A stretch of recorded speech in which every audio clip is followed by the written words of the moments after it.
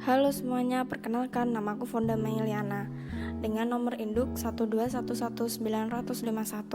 Aku adalah salah satu mahasiswi Teknik Kimia Universitas Pembangunan Nasional Yogyakarta, angkatan 2019. Kali ini aku akan memaparkan kepada kalian semua mengenai praktikum yang sudah aku lakukan, yaitu praktikum tentang pengambilan minyak atsiri dengan cara distilasi kukus. Yuk simak baik-baik, untuk keterangan akan aku tulis juga di bawah ya. Mari kita mulai. Video ini nanti akan dibagi menjadi 6 bagian. Yang pertama adalah tujuan percobaan, yang kedua adalah landasan teori, yang ketiga adalah fungsi alat dan fungsi bahan, yang keempat cara kerja singkat, yang kelima pembahasan hasil berdasarkan teori, dan yang terakhir atau yang ketujuh adalah penutup. Yang pertama adalah tujuan percobaan. Tujuan percobaan ini sendiri adalah mempraktikkan operasi distilasi kukus untuk pengambilan minyak atsiri dari tumbuhan. Masyarakat Indonesia sendiri tentunya tidak asing dengan minyak atsiri. Minyak atsiri atau dikenal juga sebagai minyak eterik, minyak esensial, minyak terbang, serta minyak aromatik adalah kelompok besar minyak nabati yang berwujud cairan kental pada suhu ruang, namun mudah menguap sehingga memberikan aroma yang khas. Minyak atsiri sendiri banyak digunakan masyarakat sebagai bahan wewangian, penyedap masakan, dan obat-obatan. Minyak atsiri dihasilkan dari bagian jaringan tanaman tertentu seperti akar, batang, kulit, daun, buah, ataupun biji. Tanaman yang menjadi sumber penghasil minyak atsiri diantaranya adalah akar wangi, cengkeh, pala, kenanga, cendana, nilam, dan masih banyak lagi.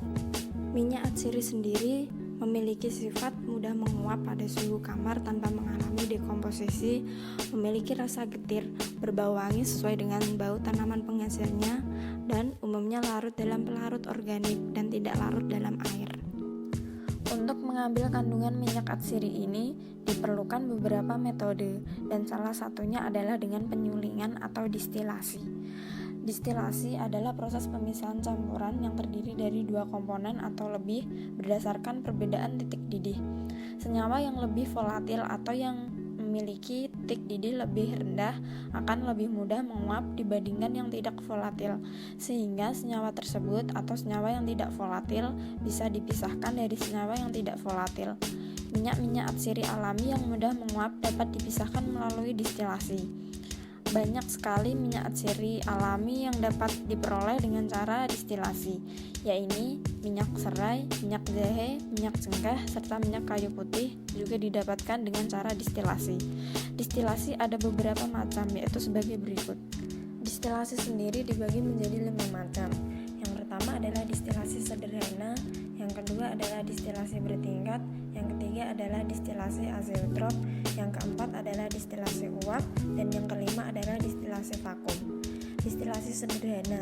Distilasi sederhana sendiri adalah teknik pemisahan kimia untuk memisahkan dua atau lebih komponen yang memiliki perbedaan titik didih yang jauh. Yang kedua adalah distilasi bertingkat. Distilasi bertingkat digunakan untuk memisahkan dua atau lebih komponen yang memiliki perbedaan titik didih yang dekat. Yang ketiga adalah distilasi azeotrop. Distilasi azeotrop digunakan untuk memisahkan campuran azeotrop atau campuran dua atau lebih komponen yang sulit dipisahkan. Biasanya dalam prosesnya digunakan senyawa lain yang dapat memecah ikatan azeotrop tersebut atau dengan menggunakan tekanan tinggi. Yang keempat adalah distilasi uap. Distilasi uap digunakan untuk memisahkan zat senyawa cair yang tidak larut dalam air dan titik didihnya cukup tinggi. Aplikasi distilasi uap adalah untuk mengekstrak beberapa produk alam seperti minyak eukaliptus, minyak sitrus dari lemon atau jeruk, dan untuk ekstraksi minyak dari tumbuhan lainnya. Distilasi uap adalah istilah umum untuk distilasi campuran air dengan senyawa yang tidak larut dalam air. Yang kelima adalah distilasi vakum. Distilasi vakum digunakan untuk memisahkan komponen yang titik didih sangat tinggi. Metode yang digunakan adalah dengan menurunkan tekanan permukaan lebih rendah dari 1 atmosfer sehingga titik didihnya juga menjadi rendah. Dalam prosesnya, suhu yang digunakan untuk mendistilasi tidak terlalu tinggi. Pada percobaan ini, jenis pemisahan distilasi yang digunakan adalah distilasi kukus. Distilasi kukus bentuk operasi dengan prinsip open system.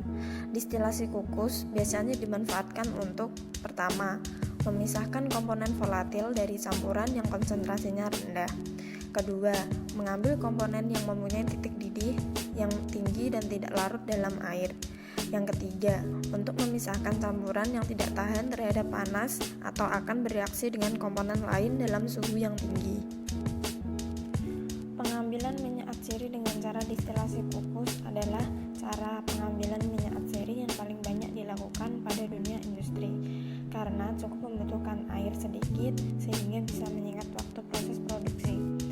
Metode kukus ini biasa dilengkapi sistem kohubasi, yaitu air kondensat yang keluar dari separator masuk kembali secara otomatis ke dalam kettle agar meminimalkan kehilangan air. Bagaimanapun, biaya produksi juga diperhitungkan dalam aspek komersial. Di sisi lain, sistem kukus kohubasi lebih menguntungkan oleh karena terbebas dari proses hidrolisa terhadap komponen minyak atsiri dan proses difusi minyak dengan air panas. Selain itu, dekomposisi minyak akibat panas akan lebih baik dibandingkan dengan metode uap langsung atau direct steam distillation. Metode penyulingan dengan sistem kukus ini dapat menghasilkan uap dan panas yang stabil oleh karena tekanan uap yang konstan. Padatan B non-volatil mengandung komponen A volatil akan dipisahkan dengan operasi distilasi kukus secara batch. Komponen A dan B tidak larut dalam air atau immeable. Pada keadaan ini, komponen A dan uap air atau S akan berada di fase uap, sehingga tekanan total di fase uap dapat dinyatakan dengan persamaan berikut. PT sama dengan PA plus PS sama dengan XA PA plus PS. PT adalah tekanan total sistem. PA dan PS adalah tekanan parsial komponen A dan kukus. PA dan PS adalah tekanan uap komponen A dan kukus. Dengan hadirnya kukus menyebabkan tekanan efektif sistem sama dengan tekanan total dikurangi dengan tekanan parsial kukus. Dengan cara ini, penguapan komponen A dan padatan B lebih rendah daripada titik didih komponen A dan titik didih air. Pada keadaan seperti ini, dijelaskan kukus mempunyai sifat yang sama dengan distilasi vakum. Bagian ketiga dari video ini adalah alat dan bahan yang digunakan untuk pengambilan minyak atsiri dengan cara distilasi kukus.